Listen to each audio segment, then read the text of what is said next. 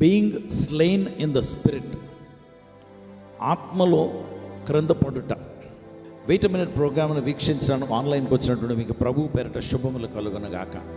ప్రియమైన వారులారా, చాలాసార్లు మీరు క్రైస్తవ ప్రోగ్రాములు వీక్షిస్తున్నప్పుడు, చూస్తున్నప్పుడు, సేవకులు ప్రార్థన చేస్తే కొంతమంది ఎవరి కొరకైతే ప్రార్థన చేస్తున్నారో వాళ్ళు కింద పడిపోవటం మీరు చూస్తారు.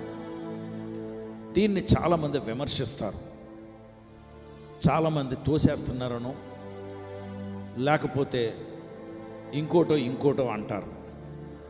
కానీ చాలామంది దేవుని బిడ్డలారా, విమర్శనాత్మకంగా మీరు యూట్యూబ్లో కూడా, ఫేస్బుక్లో కూడా ట్రోల్ చేయడం చూస్తారు.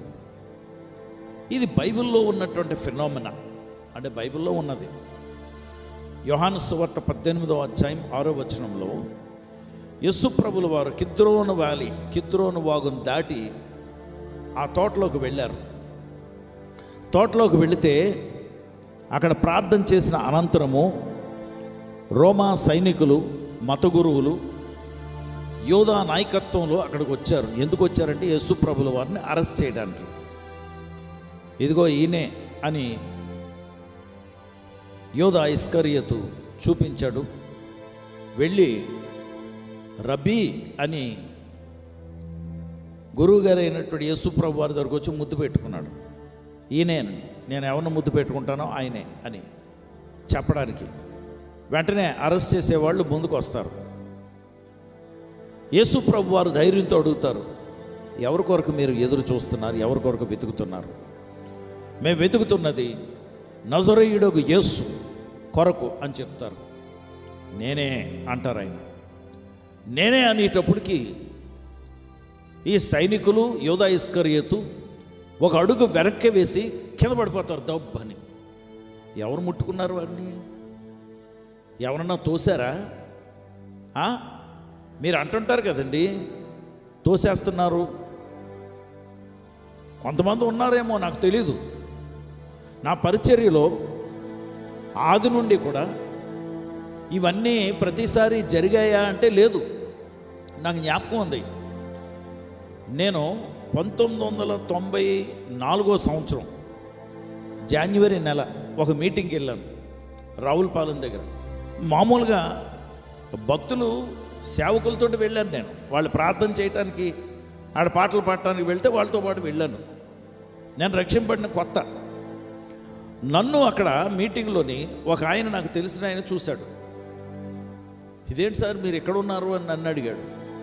అడిగితే మరి ఇలాగండి, దేవుడు నన్ను దర్శించారు, నేను యేసు ప్రభువుని నమ్ముకున్నాను, దేవుడిలోకి వచ్చాను, సేవ చేస్తుంటాను అని చెప్పాను. అలాగైతే సాయంత్రం మీటింగ్ ఉంది, మీరు వస్తారేంటని తీసుకెళ్ళాడు అక్కడికి. అప్పుడు పర్మిషన్ తీసుకుని నేను వెళ్ళాను. వెళ్తే వాక్యం చెప్పాను. వాక్యం చెప్పిన తర్వాత ప్రార్థన చేయించుకోవడానికి కొంతమంది ముందుకు వచ్చేసారు. ఏం ప్రార్థన చేయాలో తెలియదు నాకు. సరే, ఒక స్త్రీ ఎదురుగుండా నిలవబడ్డది.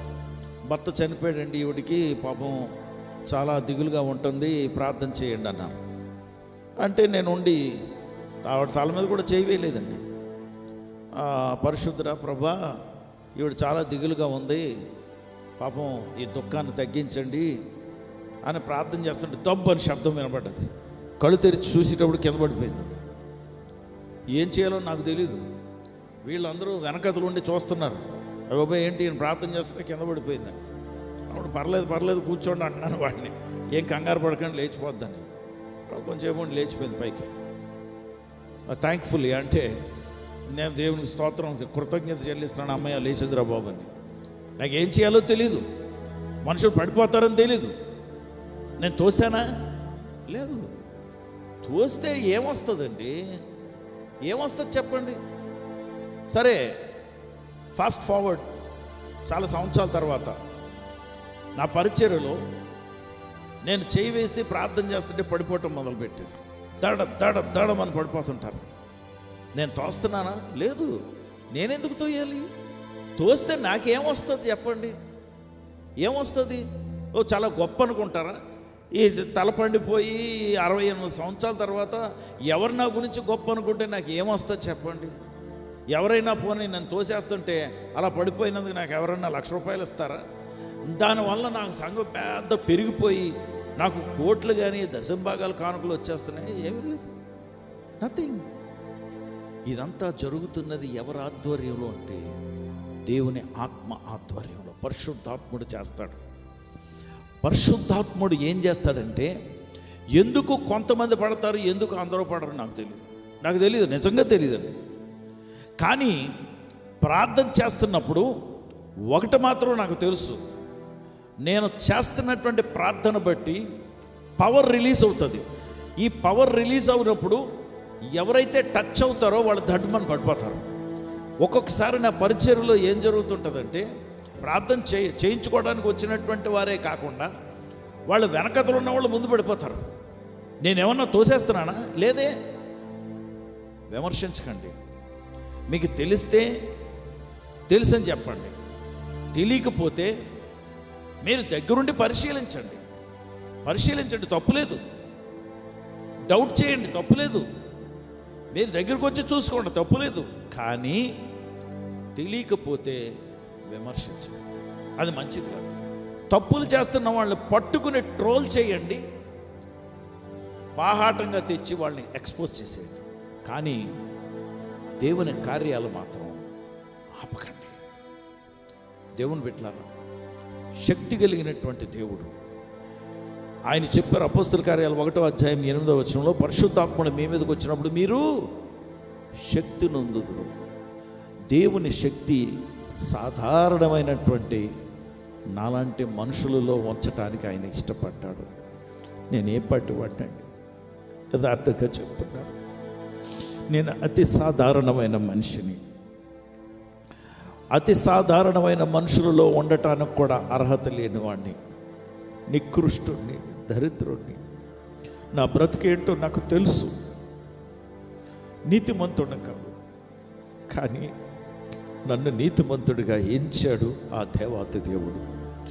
నన్ను ఒక పాత్రగా వాడుకోవటానికి ఆయన ఇష్టపడ్డాడు.